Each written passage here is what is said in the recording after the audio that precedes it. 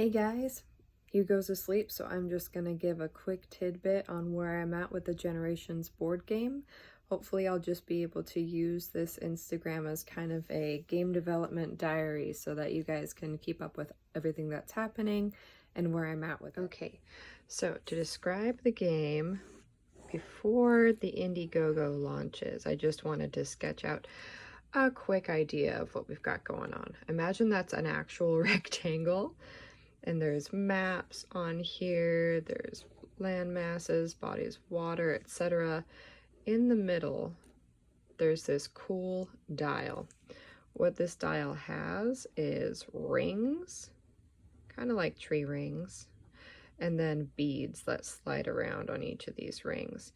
Each of the rings has two beads, one that points towards the center of the board and one that points outwards. There's going to be a little arrow, so you can line up your bead with whatever resource or skill you are taking in or that you are supplying someone else. Around the ring, each of these lines is just kind of representing where I'd write down something like butchering or fabrication or gardening or canning.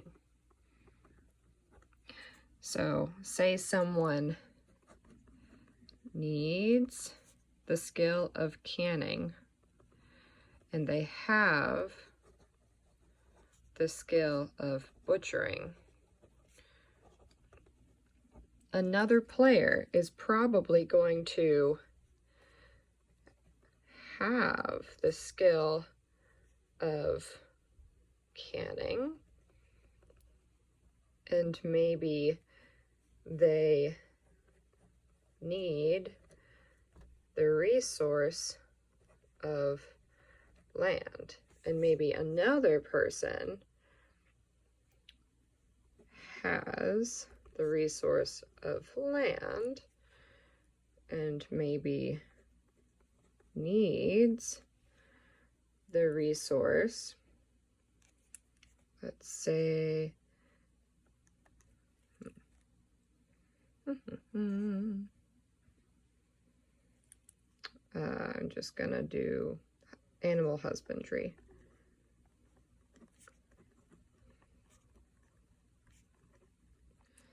So what person number one will say is, I need this. So they slide their bead over, their incoming bead over to the canning, and they slide their outgoing bead over to butchering. And then this person says, oh gosh, that's so convenient because I have canning, so they slide their bead going out, because they can provide it, over to canning. And those two beads, an ingoing and outgoing bead, show a transfer of information. Then they move their incoming bead to, let's say, land. And then this person who has land can say, oh, I have land, so they slide their bead over. And now there's a transfer of resources, and they slide their needs, their incoming bead, over to animal husbandry. So there's still a need. It's an ingoing, inward pointing bead, but you show a transfer of skill here, a transfer of resources here, and then once everyone has aligned their beads and decided who's giving what and who's receiving what, that is round one done. Okay, but how would you keep track of who has what and who needs what from round to round? You have the beads, but once you've gained something or given something, how do you then tally that? Well, the other piece, movable piece, I guess you could call it, of the game is a scorecard. And the scorecard is fairly simple. It has all of the possible skills and resources of the game listed, and then it has a little slider that you can move back and forth between no and yes. No indicates you don't have that. Yes indicates that you do. So at the beginning, say this player here who needs the skill of canning but has the skill of butchering, this is what their scorecard might look like. You have all the skills and you start out with the skill of butchering and you do not have the skill of canning.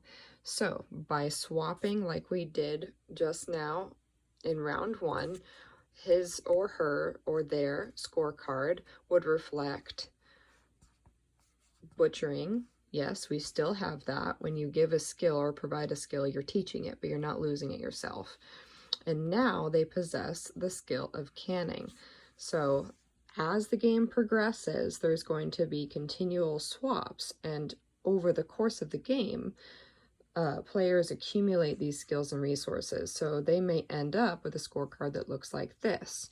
And depending on the combination of what people's skills and resources are, the campaign booklet will provide scenarios that you can distribute those resources and skills to and achieve that goal. An example of what campaign goal might align with a scorecard that looks like this, where you have maybe an excess of skills, but you've at least achieved the minimum objectives of the game, can be seen in this example here.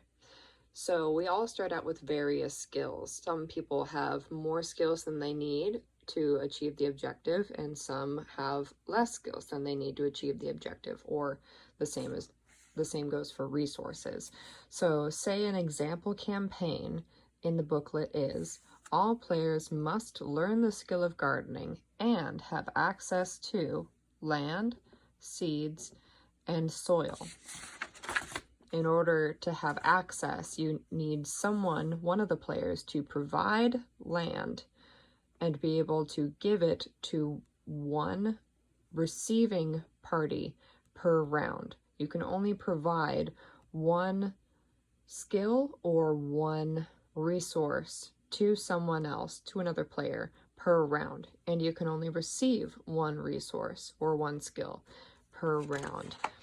So by swapping each round communally, every player, in order for the game to end, must have on their scorecard marker, they must have land, seeds, and soil. And then that campaign will be won. As we get along the lines of development and more of my characters are out of the rough stages of illustration, I'll be sharing those steps with you guys and showing you how the actual characters, how the map looks, how the visuals look. But now that we've got the premise of the game, I'm going to be developing the campaign booklet based on real world issues or challenges or obstacles that people may be facing, and allowing the opportunity for players to communally develop those solutions in a play-oriented setting.